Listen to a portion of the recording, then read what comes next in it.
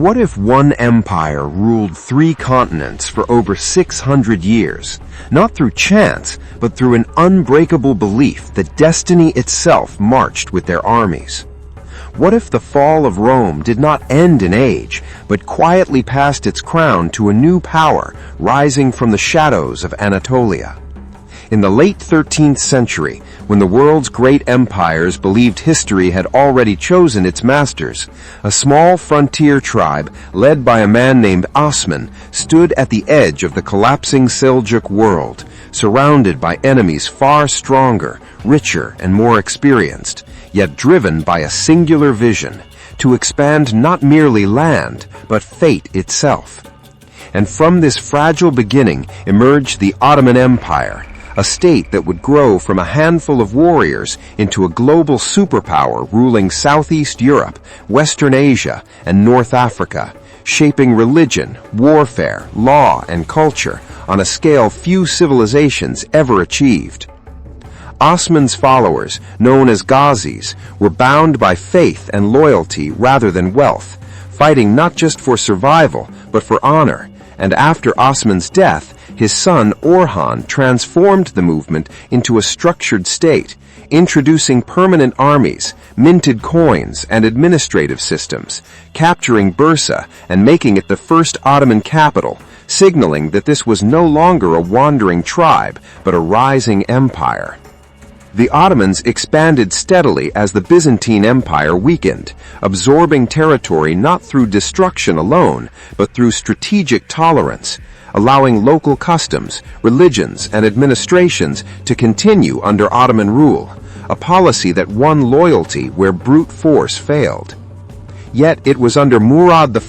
that the empire crossed permanently into Europe, where the Balkans became a proving ground, and it was here that the Janissaries were born, an elite infantry formed through the Devshirme system, where Christian boys were taken, converted to Islam, and trained to serve the state alone, creating soldiers with no loyalty but to the Sultan, a revolutionary military concept that would dominate battlefields for centuries. The Ottomans defeated Serbian and Balkan forces, culminating in the Battle of Kosovo in 1389, where Murad I was killed, but Ottoman supremacy endured, proving that even the death of a sultan could not halt the machine that had been built. Bayezid I, known as the Thunderbolt, pushed expansion aggressively, nearly crushing Byzantium, until fate intervened in the form of Timur, whose invasion shattered the empire at Ankara in 1402, capturing Bayezid and plunging the Ottomans into a civil war known as the Interregnum, a moment when history seemed ready to erase the Ottomans entirely, but resilience defined them, and Mehmed I restored unity, followed by Murad II, who stabilized the empire and prepared the stage for a conquest that would redefine world history. In 1453, Mehmed II, later known as Mehmed the Conqueror, fulfilled a prophecy centuries old by capturing Constantinople, the legendary city that had resisted every major power for 1,000 years, using massive cannons, naval ingenuity, and relentless siege tactics, ending the Byzantine Empire and transforming Constantinople into Istanbul, the new Ottoman capital and heart of Islamic power, symbolizing the transition from medieval to early modern world, as Europe trembled and scholars fled westward carrying ancient knowledge that would fuel the Renaissance.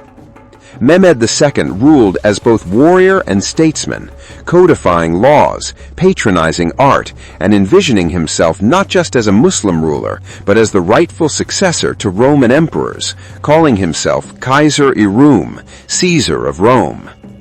The empire reached its golden age under Suleiman the Magnificent in the 16th century, when Ottoman borders stretched from Hungary to Yemen, from Algeria to Iraq, commanding the Mediterranean through naval dominance under admirals like Barbarossa, while Istanbul became one of the world's greatest cities, filled with mosques, libraries, hospitals, and markets, and Suleiman earned the title the Lawgiver for organizing a legal system that balanced Islamic law law with imperial administration, ensuring justice across diverse populations of Muslims, Christians, and Jews who lived under the millet system, retaining religious autonomy in exchange for loyalty and taxes, a governance model far ahead of its time.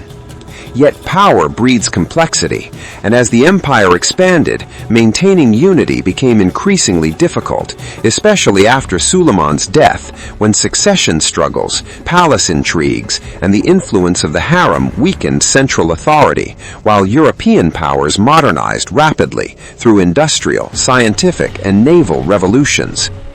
Although the Ottomans continued to be feared, defeats like the failed siege of Vienna in 1683 marked the symbolic end of Ottoman expansion into Europe, and from that moment the empire entered a long, painful era of stagnation and slow decline, struggling to reform while preserving tradition. Corruption spread. The Janissaries resisted modernization, provinces demanded autonomy, and nationalist movements began tearing at the empire's multicultural fabric, while European powers labeled it the sick man of Europe, waiting patiently for its collapse. Attempts to reform through the Tanzimat era introduced new laws, education systems, and bureaucratic reforms, but change came too late and too unevenly. As the empire was dragged into global conflict it could not sustain, culminating in World War I, where the Ottomans fought on multiple fronts, achieving moments of defiant brilliance such as Gallipoli under a rising commander named Mustafa Kemal, yet ultimately facing defeat alongside the Central Powers. In the aftermath, the empire was carved apart by treaties, revolts, and foreign occupation, and in 1922, after more than 6 centuries, the Ottoman Sultanate was abolished, ending one of the longest-lasting empires in human history. From the ashes, the modern Republic of Turkey emerged, carrying both pride and the burden of an imperial past that still echoes across continents, cultures, and conflicts today, reminding the world that empires do not fall in a single moment, but fade slowly through choices, resistance to change, and the relentless march of time. Yet the Ottoman Empire's legacy endures in architecture, law, language, and memory, a testament to how a small frontier tribe reshaped the destiny of the world.